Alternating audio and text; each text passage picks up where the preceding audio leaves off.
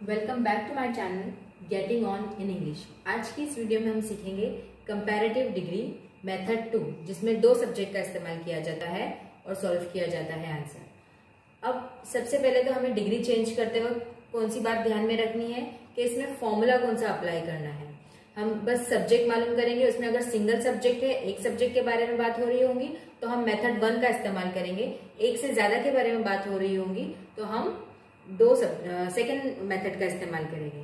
तो comparative degree का method 2 जिसमें दो सब्जेक्ट है, उसका फॉर्मूला है सब्जेक्ट 1, जिसमें ज्यादा खूबी हो, जिसके बारे में ज्यादा बात की जा रही हो, जो एडजेक्टिव है उसके बारे में ज्यादा बयान किया जा रहा हो, वहां पर सब्जेक्ट 1 होगा।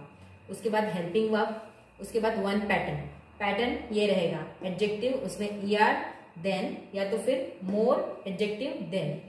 उसके बाद सब्जेक्ट 2 जिसके अंदर कम खूबी, जिसके बारे में कम बात की जा रही होगी, एडजेक्टिव जो होगा जिसके बारे में कम बात किया जा रहा होगा वो रहेगा सब्जेक्ट 2। तो इसी तरह से हमें डिग्री चेंज करते वक्त फॉर्मूला रिकलेक्ट करना है। इंपॉर्टेंट थिंग ये है कि हमें फॉर्मूला रिकलेक्ट करना है, कौन सा फॉर्मूला आएगा और हम डिग्री इजीली चेंज कर सकते हैं। और जिन लोगों ने भी मेरी पॉजिटिव डिग्री की मेथड 1 और मेथड 2 की और कंपैरेटिव डिग्री की मेथड 1 की वीडियो अभी तक नहीं देखी है तो प्लीज उसे जरूर वॉच करें, क्योंकि अगर आप लोग वो वीडियो देखेंगे तो आपको और भी अच्छी तरीके से क्लियर हो जाएगा कि डिग्री को किस तरह से चेंज किया जाता है।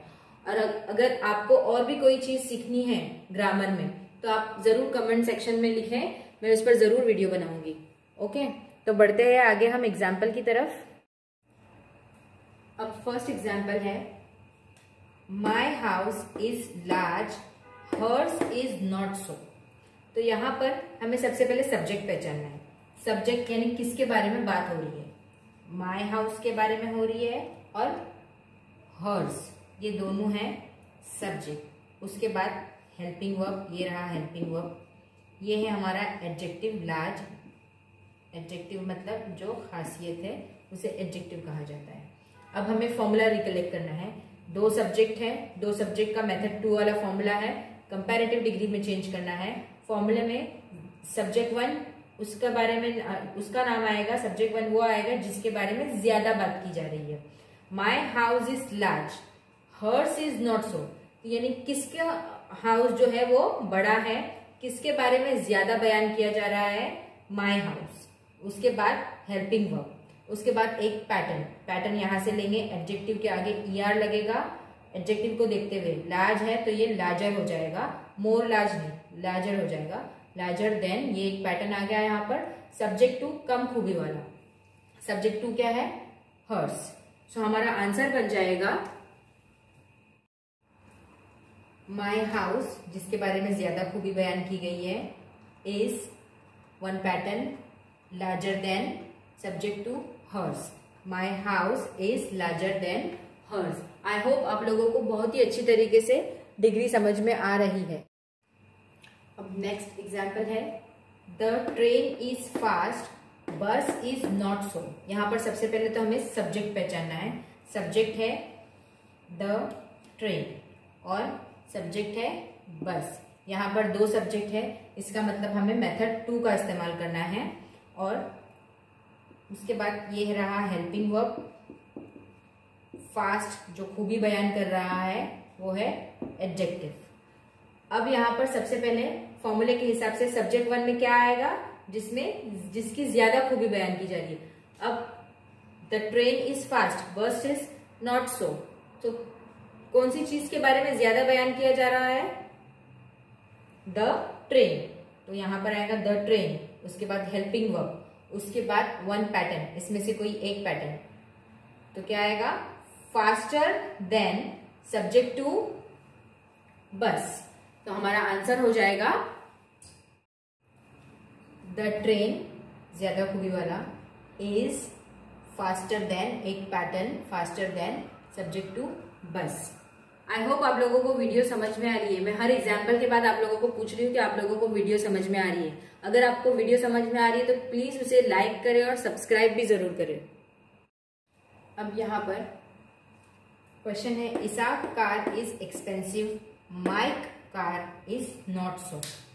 यहाँ पर सबसे पहले तो हमें सब्जेक्ट पहचानना है। दो सब्जेक्ट है एक है इसाक कार, इसाक के कार के बारे में बात की जा रही है, और माइक के।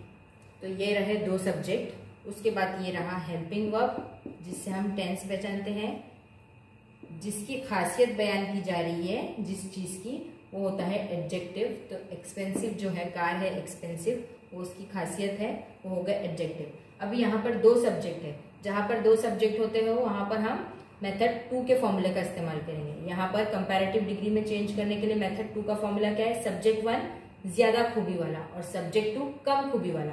अब क्वेश्चन में आप लोग देखिए और बताएं, Isaac car is expensive, Mike car is not so. किसके बारे में ज्यादा बात की जा रही है, किस चीज के बारे में ज्यादा बयान किया जा रहा है?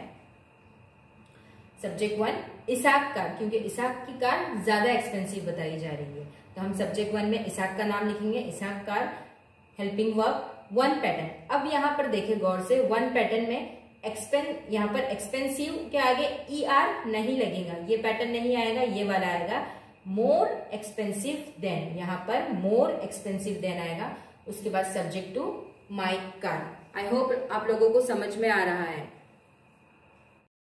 तो यहाँ पर आंसर बन गया Isaac car is one pattern more expensive, ये पैटर्न हो गया। Subject 2 than Mike car, sorry subject 2 जो है माइक कार, पैटर्न हो गया मोर एक्सपेंसिव देन।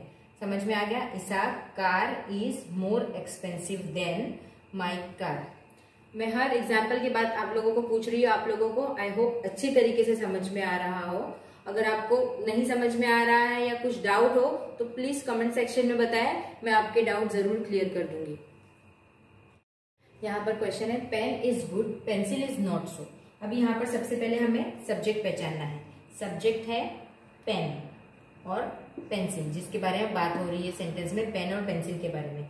ये दो हो गए सब्जेक्ट, ये हो गया हेल्पिंग वर्ब, ये गुड जो है वो है एडजेक्टिव। गुड क्या है? एडजेक्टिव, खासियत बताई जाएगी। अब दो सब्जेक्ट मिल गए, मतलब हमें मेथड 2 के फॉर्मूले का इस्तेमाल करना है। हमें क्वेश्चन पेपर में जब भी आपके सामने कोई क्वेश्चन आता है, उसे कंपैरेटिव डिग्री में चेंज करो, तो हमें सब्जेक्ट पहचानना है और फॉर्मूला को रिकलेक्ट करना है। फॉर्मूला है सब्जेक्ट 1 ज्यादा खूबी वाला। क्वेश्चन में देखिए, pen is good, pencil is not so. किसके बारे में ज्यादा बात की जा रही है? पेन के बारे में। पेन, तो यहाँ पर आएगा पेन। हेल्पिंग वर्ब इज, एक कोई पैटर्न लेना है, एडजेक्टिव, उसके आगे ER।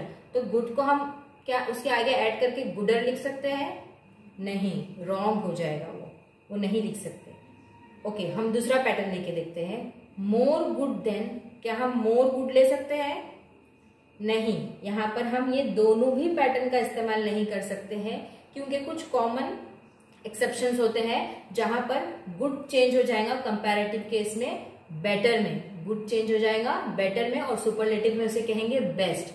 Good, better, best. तो यहां पर हो जाएगा पेन इज बेटर देन, यहां पर दोनों भी ये पैटर्न में आएंगे, उसकी जगह पर बेटर आ जाएगा, better than subject 2 pencil. So हमारा आंसर हो जाएगा pen is better than pencil.